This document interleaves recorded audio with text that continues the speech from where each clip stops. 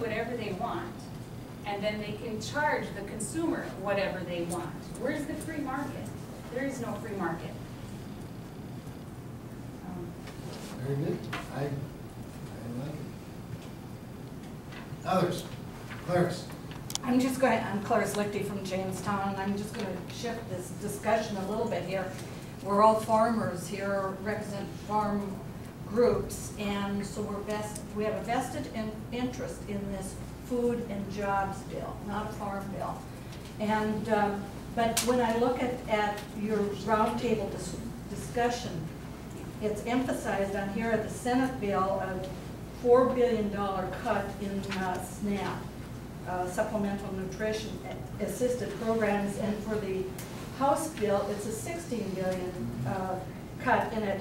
But when we look at the total bill of $969 billion over 10 years, you learn that 78.8% of the Senate bill goes for food, stamps, and nutrition. And I think it would be well for the farmers to emphasize how much of this food and jobs bill is going for nutrition programs and for food stamps. And the small amount, and I didn't look up the figures for this House bill, but what a small amount is going for farm programs and for the raising of the products that feed the world. Sure. Well, and we understand the politics of all of that, of course, and we're seeing it played out today, actually, in the House, and some of the amendments and some of the comments that have already been made by especially urban Democrats that of course, note that these cuts that are being presented in the House are far too great, but ignoring the reality that that program's doubled in the last 4 years, and frankly, they've overspent it by billions of dollars.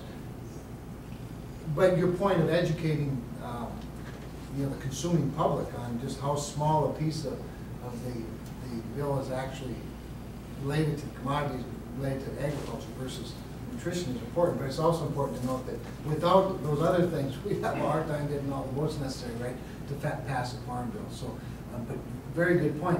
You know, the interesting thing, one of the early political battles, sort of partisan battles, and I have to admit I didn't engage in them, but was that look at these evil Republicans in the majority in the House cutting the farm bill by so much more. Well, the reality is that the commodity title was pretty much the same. It's just it was the nutrition programs that they were finding all the additional cuts in, or at least recommending. Great catch. We do have a lot of work to do, don't we, in terms of educating the public. I always say to people, well, people will say, well, there's so few farmers in the United States. I say, yeah, we all eat. You know, we all eat. We've got to do something. But one of the things, and you know, when we look at the savings that they claim are in these two bills, Claire's saying the $23.6 billion overall in the House, Senate bill, $35 billion proposed in the House bill, and what a small piece of the really big pie that is. It is kind of astounding. At the same time, what if every agency actually presented a cut? Wouldn't that be refreshing? Ed walked in, and I used your example many times. When he was governor, he made us cut our budgets.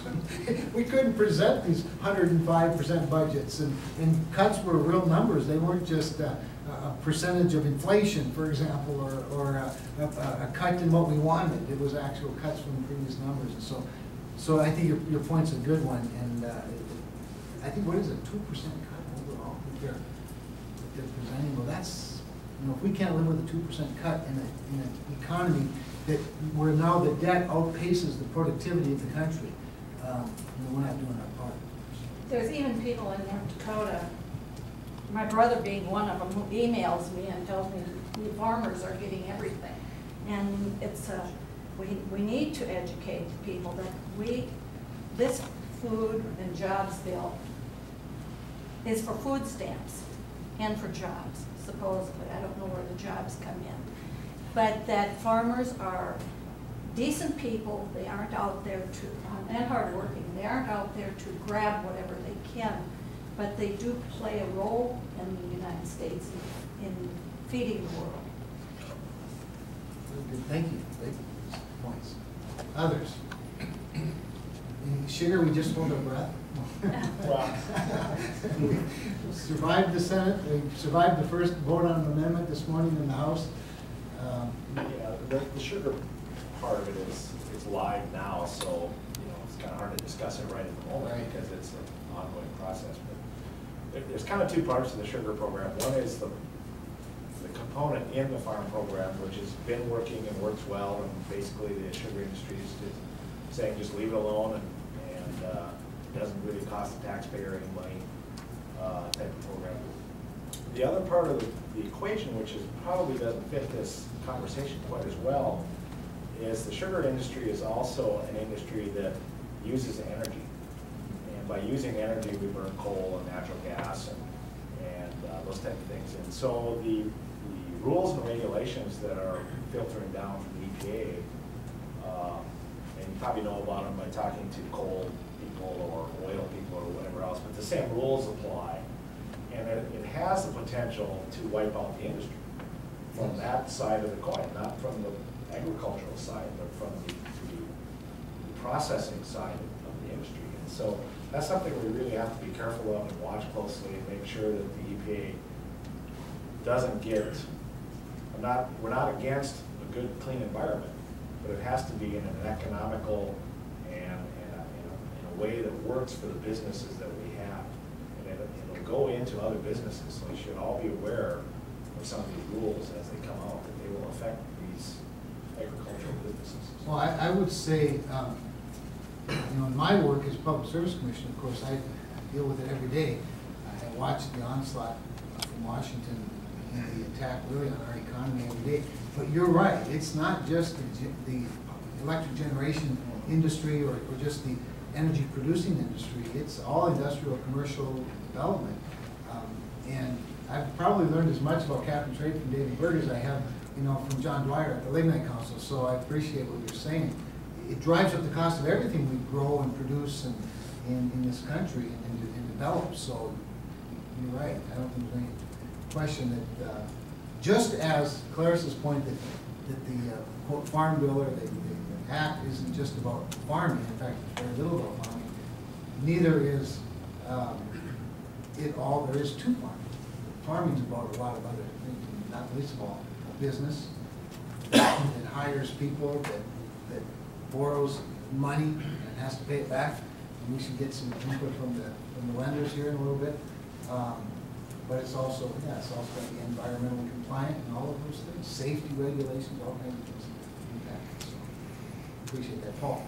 But it is, the EPA trickles down to the farm level too. That's where they need to be watched, because they seem to be an organization that finds solutions for problems that don't exist. Like the dust problem. But it exists somewhere, so it must exist everywhere. Well, that's in their mind.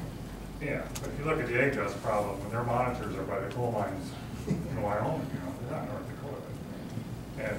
Or they're trying to have us all spend $30,000 to $40,000 to build dikes for our fuel tanks, which no farmer in his right mind would let $4 fuel leak. So they're just, they need to be watched. They need to be watched for sure. Chris? I just want to share something as a layperson, kind of what Clarice was talking about is, one of the things I hear even in North Dakota is they go, this farm program is a welfare program for farmers, but they don't realize that in Vietnam, 28% of your income goes towards food, where in America it's 7%. I wish that you guys would do a better job at educating people about, look, either you can have this farm bill and support our farmers, or you can go pay 30% of your income towards food, and I don't think people have any clue that that's how it works. Sounds to me like everybody's been invited to be on Chris's TV show sometime in the next couple of years. I mean, again, living here in North Dakota, you think most people would know that and understand it, but I hear a lot of people griping about that. Well, until people, and to that point, Chris, until people actually leave the borders of this state and this country, they have no idea what food costs globally. We have one of the safest, most abundant, affordable, nutritious food supplies in the world. And it started, if you look back, in the 30s when we had soup kitchens, USDA stepped up and decided, along with Congress, to create a program that was gonna do something to not only put people back to work, because so many people are tied to agriculture, when it comes to that workforce that is indirectly employed and those that are directly employed. But we set a system up to provide abundant food or food security. But on the other side of that, I think it's to that point also, we have a much better story to tell. It's about economic security also. In this nation, 14% of our gross domestic product comes from agriculture, and anywhere from 9 to 19% of our nation's workforce is indirectly employed through agriculture, depending on how far you reach back into that. North Dakota, it's 25% of our economy is agriculture, and 25% of our workforce is actually employed by agriculture. I think that's a great story. That's how we connect people, and that's what we need to continue to do. And Chris, you can help us with that. I mean, Just be on your shoulder. Urban legislators, like you say, you can't get the votes in the farm bill because they think it's money. Well, let the prices go up in New York and then watch them vote for the farm bill. Yeah, You know, I That's mean, right. They start attacking things that don't actually make any sense, like the food versus fuel issue. You take it out of context, they don't understand what's actually happening in that equation.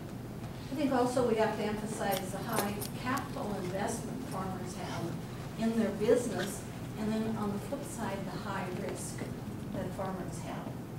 And why would many people even want to go into that business if they can't make a return on that investment that is from their efforts and not from the government? We don't, I think many farmers out there don't want the government involved, but there has to be some government involvement in it. But let's not attack the farmers as though they are the ones who are causing the problems. Well, I would guess there's no sophisticated country in the world that doesn't protect its food supply. And that's just a responsible thing for the government to do. And this is as important a piece of the economy as it's ours, agriculture is ours. We're going to do that. I mean, we have a tradition of doing that. We're always going to do that. And I hesitate to get in the weeds very deep. And yet, one of the issues that separates the House and Senate versions of, at least so far, of the act is this issue of the House's choices in risk management tools versus the Senate. Does anybody have? And he warned me about getting into this one. But it is one of the more obvious differences, and I'm just wondering if there's some feedback that would be helpful on that. Well, Kevin, and thank you. Thanks for this opportunity, and thanks for taking today to bring everybody together to talk about this. And Commissioner, always a pleasure, and thank you for coming and visiting with us.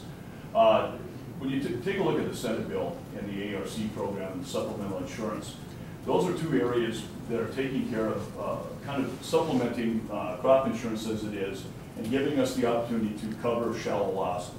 You know, I think everybody sitting around here would say that, you know, half the crop in many cases is worse than no crop. Sure. And so having that ability to protect that, I think, is very important.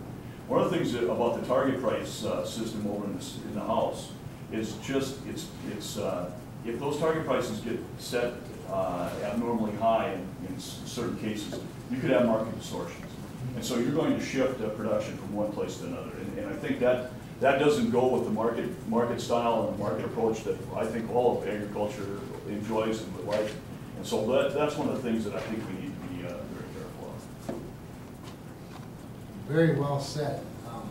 And it's part of why it was somewhat surprising, maybe it's because I'm not as aficionado, if you will, but that's in the House side. I mean, it just kind of surprised me. What?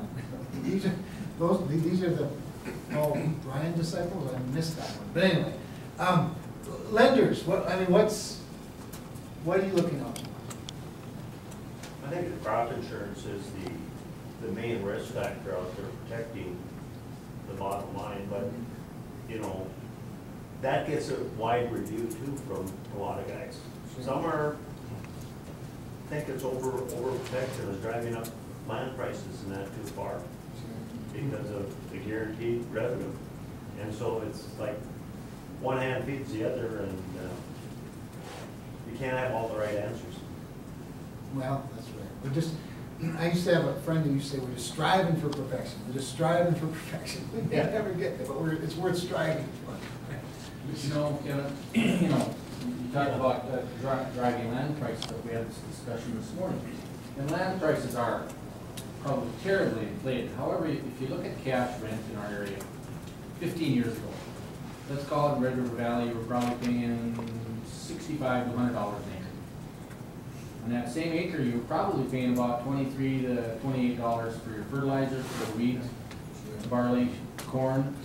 You were probably, you know, you were actually backing up to your own soybean bin and, you know, cleaning your own beans and seeding for, you know, beans were $3.80, so you were putting 2 bushels on, you were, you know, spending $8 for seed. Corn, you know, it was $30 a bag, you were getting 2.5, 3 acres a bag. Now, land is inflated right now, but look at what we paid for our fertilizer when we fertilized our sugar beets, our corn, and our wheat this year, probably $140 an acre. Corn seed costs you, if you plant heavy like we do here in the valley, it costs you $100 for good seed. Soybeans cost you $80. So yes, land is inflated, but our other inputs are so inflated that will never go down. The price of land will go down before the price of some of our other inputs. And if the price of land goes down, you know, 4% interest now. When I bought my first land in, you know, 1980, 79 or 80, you know, we paid 13% interest. You know, so actually on $3,000 an acre land now, $1,000 an acre land then, interest costs about the same. So it hasn't changed that much. The other inputs are just going to kill us if we don't have good safety. I know because of our situation, not everybody was able to come today. I mean, it's the middle of summer, people are starting to go out and swath grain and harvest grain, but you know, to those points too, some things that have been raised by multiple people in North Dakota, and it is with concerns to rising land prices, and if crop insurance affects that. Agriculture is one of those strangest animals that exist out here, in that if you have a donut shop, and everybody has a donut shop, a lot of your costs are already set. If you've been established in this business for 30 years, you have so much equity built up, you have a different position in this game than somebody that just came in 10 years ago, or somebody that has been in this for 50 years. So it's some very strange dynamics as to what happens. When you look at the reality of it though, if you took everything being equal, crop insurance does exactly what it's supposed to do, but it is a challenge. Now I know one of the things that the Senate version has certainly tried to address is looking at a 15% reduction in subsidized premium if you're at 750,000 AGS. So there's some things that are trying to be done out there because these concerns have been raised not only across the Midwest, but also across the rest of the United States. And some actually have stated they think maybe it should be higher. But you're going to have to let the lawmakers, which maybe someday you're going to be one of those guys, make that decision. Well, how do you balance that? How do you address that? I think we've been shown how to get this done. You just have to control Congress and make the bill really long, like a couple thousand pages, and ram it through. And then just tell everybody that, you know, we've got to pass it so you can see what's in it. So I think if you We're did going to that, try maybe a we more can get a good transparent Fargo. approach. We're going to try a more transparent approach. Steve, you had, A couple of thoughts to follow up on some of the commissioner's thoughts and Kevin's and our lending on the crop insurance side. But there's, among some of your urban lawmakers, you have this pervading philosophy that all crop insurance does is make agriculture 100% risk-free. That's an easy counter-argument. If there's so much money in it, why aren't more people going into it? yeah, Because it's something that you can be the brightest guy in the world, but if you don't have the equity backing you, my friends over here at Town and Country will say you might as well go find something else to do with your life, as they should. I mean, it's with all due respect. On that front, as we try to have a balanced crop insurance program and keep that moving forward, a few things that need to be done and are very critical in this farm bill and their housekeeping, and I'm afraid we're going to be having to deal with the battle when we get into the conference committee. One is keeping the federal government out of the insurance development business. Risk Management Agency administrates insurance. It not build insurance very effectively. I've been building crop insurance products in both in the public and private sector since about 1988. And I can tell horror stories about how my friends at RMA, and we're friends, but we have to agree to disagree on some of those fronts. And keeping it to the private sector.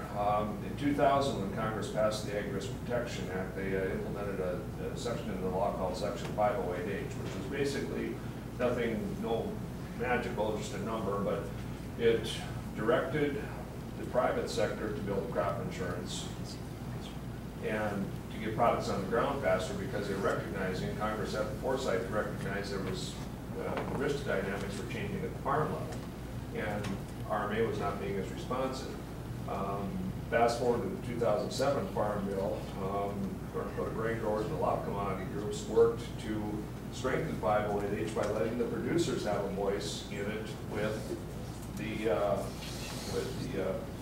insurance developers. I worked on a couple of projects prior to that with a private developer, in which I was forbidden by contract and under lawsuit from RMA had I gone around it, to where I couldn't talk to the grower organizations, and we're building an insurance product for the growers. Well, that's asinine comes to mind, but not a good way to do business. And we managed to get those changed. In this particular farm bill, FCIC has put a section in the Senate bill that kind of allows them to set their own annual priorities. That's a good thing, as long as those priorities aren't their priorities and not focused on the growers.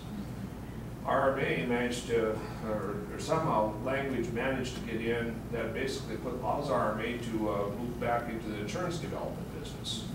It slows the process. It's a different set of expertise. You need growers and private developers in their building, because RMA just doesn't do that very effectively. And what it does is it takes projects that are currently in the pipeline, crop margin coverage, which is a brand new product for spring wheat producers here in the Northern Plains. Fall barley, we've got a new product in the pipeline. We could see those products be set back if that, some of this language somehow continues to trickle through it. It's housekeeping, but it's pretty important housekeeping. And the other is making sure the FCIC, when they reimburse on development, there's money for it, and there's rates established that they all agreed to. And last year, our FCIC said, well, I guess let's cut these back about 35%. No rhyme or reason, no justification, no nothing on it. And it took a number of crop insurance efforts, not the least of which are both of ours. We're kind of sitting in limbo land right now, wondering where that other 35% of the money is coming from. And that's bureaucracy we just have to guard against. I don't want to pick on our maintenance too much, because we got to play nice in the sandbox with each other when we're together. But, having said that, those are things we need to watch. Kevin, one more comment on the telling our own story about food.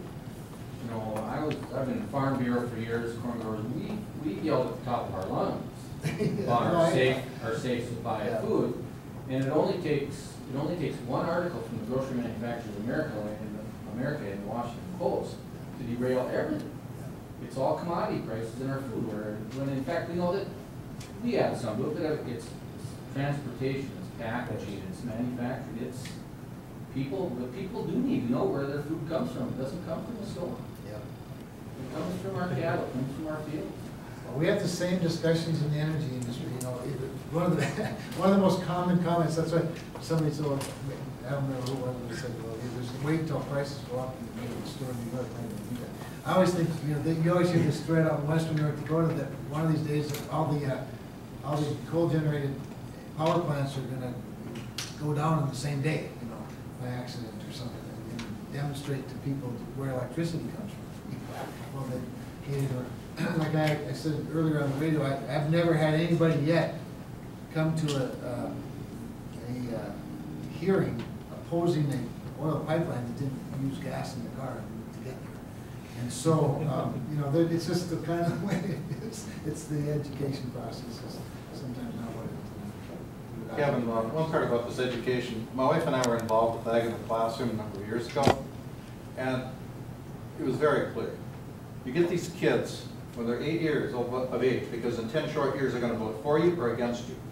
And the poison that's coming out of the lessons in the school and the and the wrong messages as well as the wrong information.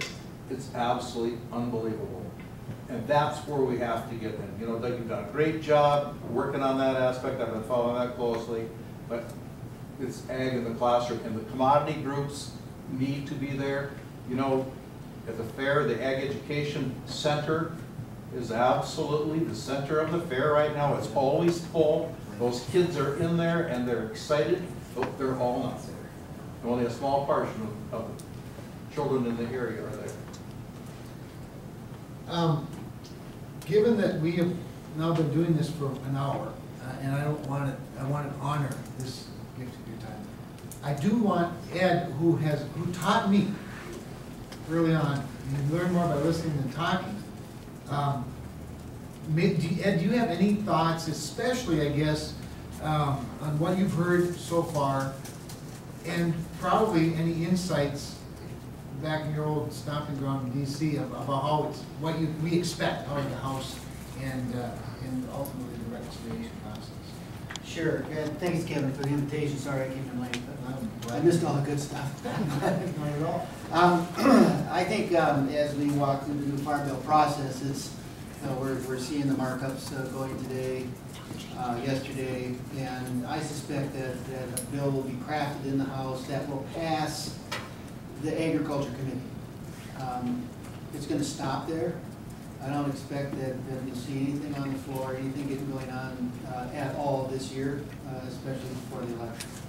So we'll be looking at an extension, and the big issue on the Farm Bill extension is how we're going to pay for it. And the talk now in the last few days is we're going to pay for it somehow by more money coming out of the new Farm Bill. In other words, if we spend the money, for a year extension, then that really would qualify under the next 5-year bill. So it's got to be paid for with that effort.